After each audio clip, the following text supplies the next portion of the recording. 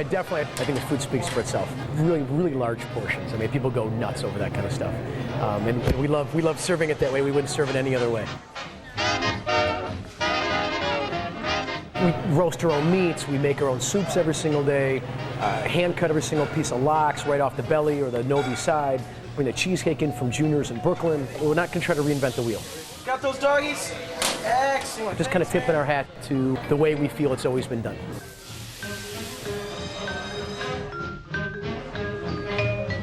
It's 11 City Diner, not 11 City Delicatessen. We're not trying to be everything to everybody, but we're trying to just pick a handful of things and do those things right. And I think one of them is the food, one of them is an environment, the energy we try to put out. We lucked out with an incredible staff that kind of really adds to that character, that vibe. Full service joint we're running. We're going to take good care of you. Newspaper, magazine? I love it. I do it 7 days a week. This is it. This is all I want. So Tom, you're telling us that nothing could be finer than 11 City Diner. Tell us why you chose it. I chose 11 City Diner because I truly enjoy diners. Diners bring me back to my childhood, American food, comfort food. I like burgers, Reuben sandwiches, pastrami sandwiches. Also love the idea, where can you get a Green River float, malted milk with the tin on the side. So the whole idea, I love the music, I love the jazz records in the booth. This is definitely an authentic place. I know it's only 2.5 years old, but the guy did it right. He definitely did the decor, the atmosphere. It all kind of gives me that definitely feel of a old-time diner. So you mentioned Brad Rubin, the owner, who did many, many years worth of research trying to open authentic Jewish deli/diner. Now, would you say that this is more of a Jewish deli, or is it more of a diner, or a perfect composition of both? Well, I kind of went after it as a diner. It probably could be both. My first time there was for breakfast. And my wife and I love going out on Sunday mornings, trying different places for breakfast, and that's how we found this place. I walked in there and I fell in love with it the first time I was there. Oh, I like this. I kind of expected a little more on the deli side, and you know, when we first walked in, I agree, the way he decorated the interior was just fantastic. I mean, it really had a great energy about it. The place was just buzzing, it was alive, and I loved some of the decor. You know, the old Hebrew boxes of bazooka gum, that takes me back to my childhood. Exactly. As Passover, Right. That's all I could chew. But yeah, when we sat down, I thought service was pretty smooth, but I thought the food came up a little short, to be honest. Oh, really? You know, we got the matzo ball soup, and that matzo ball was so big. I mean, it was just to the point of ridiculous. In my opinion, none of the flavors of the broth could penetrate it, and I found myself just eating a big fluffy ball of nothing. You know, I'd asked Brad about that because, you know, I'm married to a Jewish man, and all balls are different, right?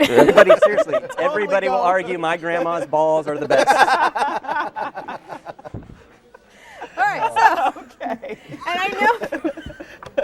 I know from my husband's family that, you know, we do Passover at everyone's house, you know, and they're all different. So what are you comparing it to? Actually, I'm comparing it to my own, my grandma's, and actually my dad makes a pretty good matzo ball, and other restaurants that I've tried it at. And with that, I had the pastrami sandwich, and I thought the quality of the meat, there was no doubt you could tell that he's using fine quality meats, just like a good kosher meat. It had the nice big thick layer of fat, because, you know, Jewish people, if we don't get heart attacks, who's going to? That's good for your business, right? That's right. That's right. But I thought it lacked in the flavor. Really? I couldn't take, for me, a pastrami should have a good amount of salt and a lot of pepper on the outside, and I couldn't taste any of it. You know, I thought the sandwich, the Woody Allen sandwich, double-decker with pastrami and corned beef was fantastic. It was truly one of the best sandwiches, deli sandwiches that I've ever had. But outside of that, it left me a little flat as well.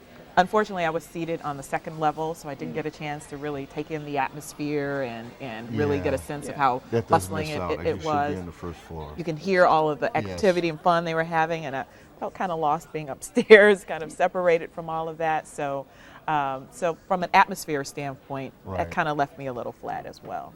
And service was great. I thought the service was fantastic, and the Woody Allen sandwich was incredible. But then I had a side order of macaroni and cheese. Not to be desired, to say the least. It tasted like noodles and Velveeta.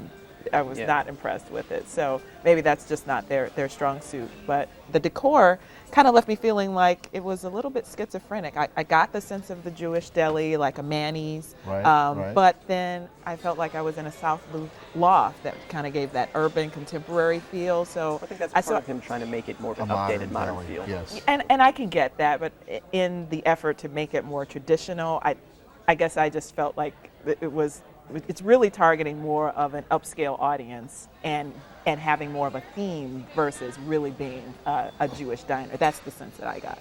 I think the leather booths brings you right back to an old-time diner. I love the chalkboard with the menu items on it, the tile floor, the in-house soda jerk, the fountain, the counter. I think everything kind of lends to it being an authentic diner. What really clinched me is when I walked in the first time, I went directly to the restroom, came back, we were there for breakfast, and I sat down. My wife goes, "I know what you're going to order." I go, "What?" And I open it up, and there's Tom Waits breakfast. Okay, 2 flapjacks, 2 eggs, 2 sausages, 2 bacon. I looked to my right, and on the back of the bar is a picture of Tom Waits. I'm a big Tom Waits fan, so I thought, okay. Is that a grand slam? Absolutely. I was in when I saw the Woody Allen Carnegie Deli, and I saw the Steve Dahl sandwich. Like, okay, I'm in the right place. Yeah. Nicole, is this place a good deal?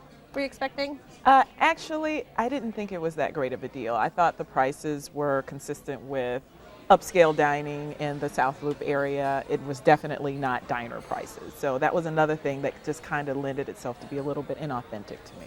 So I agree. Yeah. All right. Well, Tom, Levin City Diner was your selection. Give us a summary.